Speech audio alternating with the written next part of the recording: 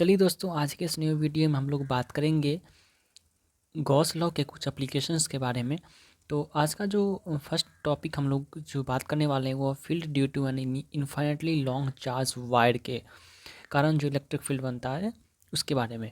Last video में हम लोगों ने बात कर लिया है गॉस लॉ क्या होता है, गॉसियन सरफेस क्या होता है, साथ ही साथ उसका ये जो एक एप्लीकेशन है जो यूनिफॉर्मली चार्ज स्फीयर जो होता है वहाँ पे हम लोग इलेक्ट्रिक फील्ड कैसे फाइंड आउट करते हैं एक्सटर्नल पॉइंट पे और इंटरनल पॉइंट पे, और उस यूनिफॉर्मली चार्ज सरफेस पे कैसे फाइंड आउट करते हैं। तो वो चीज़ मैंने लास्ट वीडियो में डिस्कस कर लिया है। तो आज के इस न्यू वीडियो में हम बात करेंगे इनफाइनाइटली लॉन्ग चार्ज वायर के कारण जो इलेक्ट्रिक फील्ड होता है उसके बारे में। तो चलिए इस वीडियो को हम फटाफट स्टार्ट करते हैं, और अगर आपने लास्ट वीडियो नहीं देखा है तो आप लास्ट वीडियो देख लीजिए, तब यह वीडियो काफ़ी अच्छे से समझ में आएगा। अदरवाइज़ आपका अगर गॉस लॉ है, मतलब आप स्टडी कर चुके हैं, तब भी यह वीडियो आपके लिए हेल्पफुल रहेगा। तो चलिए हम फाइनली इस वीडियो को फटाफट स्टार्ट करते हैं। तो यहाँ पे हमने डायरेक्टली ले लिया है यूनिफॉर्मली एक चार्ज लॉन्ग यूनिफॉर्मली चार्ज एक वायर है जहाँ से हमें इलेक्ट्रिक फील्ड फाइंड आउट करना है। ओके, तो लेट्स सपोज हमें इस पॉइंट पे इलेक्ट्रिक फील्ड पी पॉइंट पे फाइंड आउट करना है। ओके, अगर यहाँ पे हमें इलेक्ट्रिक फील्ड फाइंड आउट करना है तो हम क्या करेंगे कि एक गॉसियन सरफेस पहले ड्रॉ करेंगे। तो गॉसियन सरफेस बेसिकली होता ये है कि हम एक सिमेट्रिकल, एक इमेजनरी हम एक शेप ड्रॉ करते हैं जहाँ से हर एक पॉइंट पे उस चार्ज कंटेनिंग जो बॉडी रहता है उसका जो डिस्टेंस, उसका जो इलेक्ट्रिक फील्ड का जो डायरेक्शन जो होता है वो हर एक जगह पे सेम रहता है। तो यूनिफॉर्मली चार्ज इस लॉन्ग वायर के केस में हम लोग सिलेंड्रिकल गॉसियन सरफेस ड्रॉ करते हैं। क्यों करते हैं? क्योंकि आप यहाँ पे देख सकते हैं कि सिलेंड्रिकल में यहाँ पे हर एक पॉइंट पे जो इलेक्ट्रिक फील्ड का डायरेक्शन जो होगा इस यहाँ देख सकते हैं कि सिमेट्रिकल होता है, हर एक डायरेक्शन में सिमेट्रिकल होता है। क्योंकि ये जो जो गॉसियन सरफेस है, सिलेंडर का जो आप शेप अगर आप देखते हैं तो वो उसका क्या रहता है, ये इस साइड क्या रहता है, कर्व रहता है, और ऊपर में एक गोला जो स्फेयर टाइप का रहता है नीचे की ओर और ऊपर नीचे दोनों की ओर। तो यहाँ आप देखेंगे कि लॉन्ग वायर का जो अगर इलेक्ट्रिक फील्ड आप अगर देखना चाहेंगे तो हर एक डायरेक्शन में हर एक पॉइंट पे सिमेट्रिकल रहता है। तो इसीलिए हम लोग लॉन्ग वायर के केस में हम सिलेंड्रिकल ड्रॉ करते हैं गॉसियन सरफेस। तो चलिए अब हम बात करते हैं, और हम सबसे पहले आप अगर गॉसियन सरफेस हम ड्रॉ कर किए हैं तो इसके अराउंड जो इलेक्ट्रिक फ्लक्स का वैल्यू होगा उसी से हम लोग गॉस लॉ लिखेंगे और इलेक्ट्रिक फील्ड का वैल्यू फाइंड आउट करेंगे। तो आप देख सकते हैं कि यहाँ पे दो टाइप का सरफेस है। एक तो ये ऊपर वाला सरफेस जो कि सेम एरिया वेक्टर एक का, इसका एरिया वेक्टर जो है सो ऊपर की ओर होगा, आप देख सकते हैं नॉर्मल टू द प्लेन होता है।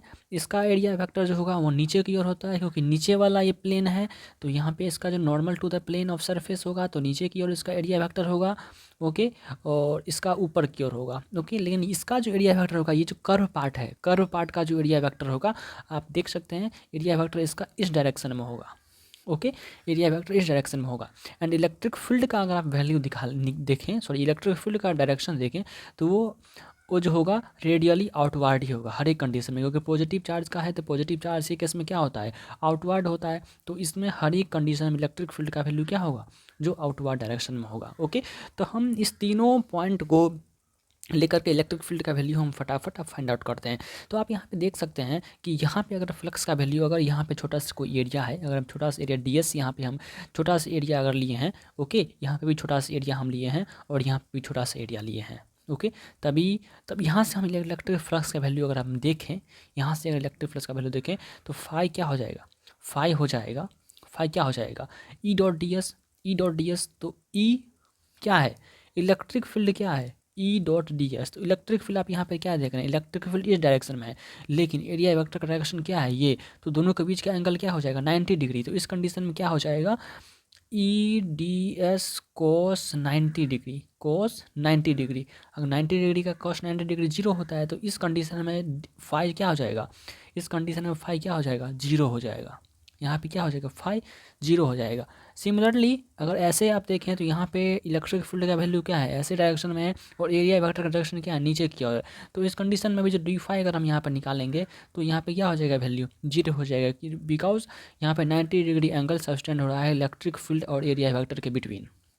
ओके तो ओनली हमें एरिया वेक्टर यहाँ पे क्या दिख रहा है, यहाँ पे भी इलेक्ट्रिक फील्ड आउटवर्ड है, और एरिया वेक्टर भी क्या है, इसी डायरेक्शन में है। तो यहाँ पे अगर डी फाई हम निकालना चाहें तो ई डॉट डी एस होगा, और E D S cos 0 degree हो जाएगा, कॉस 0 डिग्री का वैल्यू 1, तो यहाँ पे क्या हो जाएगा, ई डी एस, यहाँ पे क्या हो जाएगा, ई डी एस कॉस यहाँ पे 0 डिग्री होगा, तो यहाँ पे फाइनल हमें क्या हो जाएगा, फाई का वैल्यू ई डी एस मिलेगा। ओके तो ई डी एस जो हमें फाई का वैल्यू मिला, ई डी एस में फाई का वैल्यू मिला, तो हम छोटा छोटा स्मॉल एरिया करके हम पूरा फ्लक्स का वैल्यू, ये जो इस यूनिफॉर्मली जो सिलेंड्रिकल हमें यहाँ पे जो शेप हम ड्रॉ किया है, उसके कर्व वाले पार्ट के अंदर जितना भी हम चार्ज लिए हैं, यहाँ पे स्मॉल बटे लिए हैं इसलिए हम डी एस लिए हैं, छोटा छोटा करके अगर बहुत सारा होगा तो यहाँ पे टोटल फाई का वैल्यू क्या हो जाएगा, ई एस हो जाएगा। ओके यहाँ पे सिलेंड्रिकल कर्व पार्ट के अंदर, यहाँ पे ऊपर वाले और नीचे वाले पार्ट के अंदर नहीं, ओनली जो कर्व वाले पार्ट के अंदर जो फ्लक्स का वैल्यू है वो ई एस हो जाएगा। और गॉस लॉ से हम लोग क्या जानते हैं, गॉस लॉ से हम लोग जानते हैं कि फाई जो होता है ई डी एस जो होता है वो होता है क्या, Q inside by epsilon not के इक्वल। ओके इस गॉसियन सरफेस के अंदर जो चार्ज है वो और इप्सिलॉन नॉट के, तो ये होता है। तो हम ई एस इक्वल टू क्या लिख सकते हैं, ई एस इक्वल टू लिख सकते हैं, ई एस इक्वल टू लिख सकते हैं Q inside by epsilon not.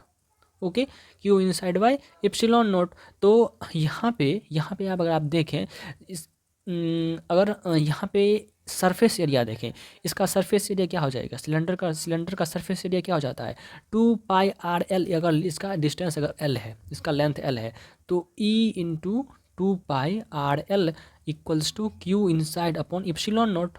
Okay Q inside by epsilon not.